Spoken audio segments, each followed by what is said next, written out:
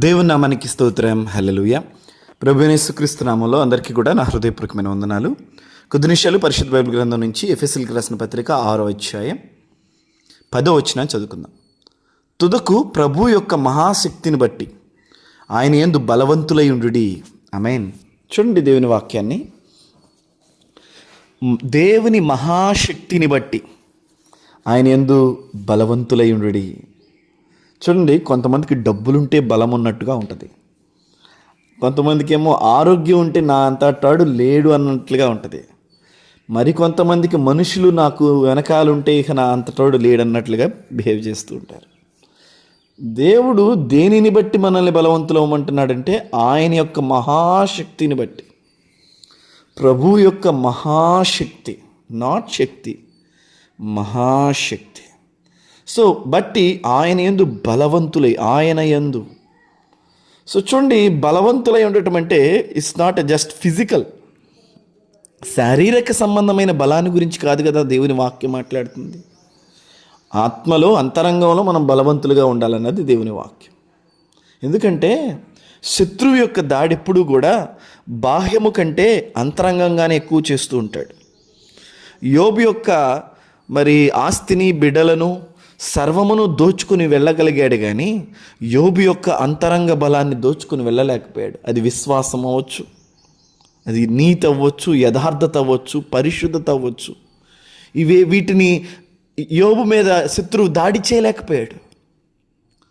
ప్రియమైన దేవుని బిడ్డలారా, నీ యథార్థత మీద దాడి జరిగింది, జాగ్రత్త. నీ పరిశుద్ధత మీద దాడి జరుగుతుంది, జాగ్రత్త. నీ నీతి మీద దాడి జరుగుతుంది, జాగ్రత్త. నువ్వు బలవంతులుగా లేకపోతే. నీ నమ్మకత్వం మీద దాడి జరిగింది, జాగ్రత్త. నువ్వు గమనంగా లేకపోతే.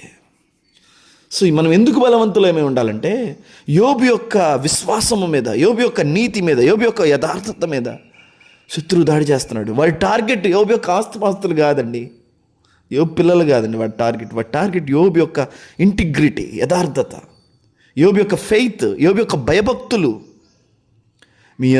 మీ విశ్వాసం మీద కూడా అంతే, మీ భయభక్తులు కలిగి ఉండటం మీద కూడా అంతే, మీ నీతి మీద, మీ పరిశుద్ధత మీద కూడా శత్రువు దాడి చేస్తూ ఉంటాడు, పరిశీలన చేస్తూ ఉంటాడు.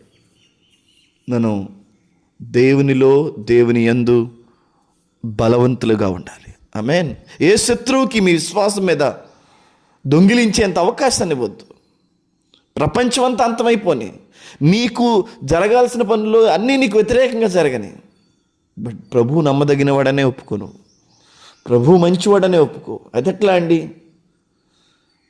శూన్యముగా, నిరాకారంగా, చీకటితో నింపబడిన స్థలాన్ని సైతం దేవుడు అందమైన అలంకారంగా దేవుడు చేస్తాడండి.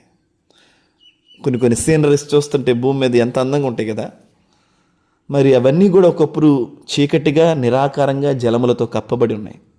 దేవుడు అంత బ్యూటిఫుల్గా చేశాడు. ప్రైజ్ గాడ్, హల్లెలూయా. కనుక ఉదయకాల సమయంలో దేవుని మహాశక్తిని బట్టి దేవుని యందు మనం బలవంతులుగా ఉండాలి. ఏ విషయాల్లో?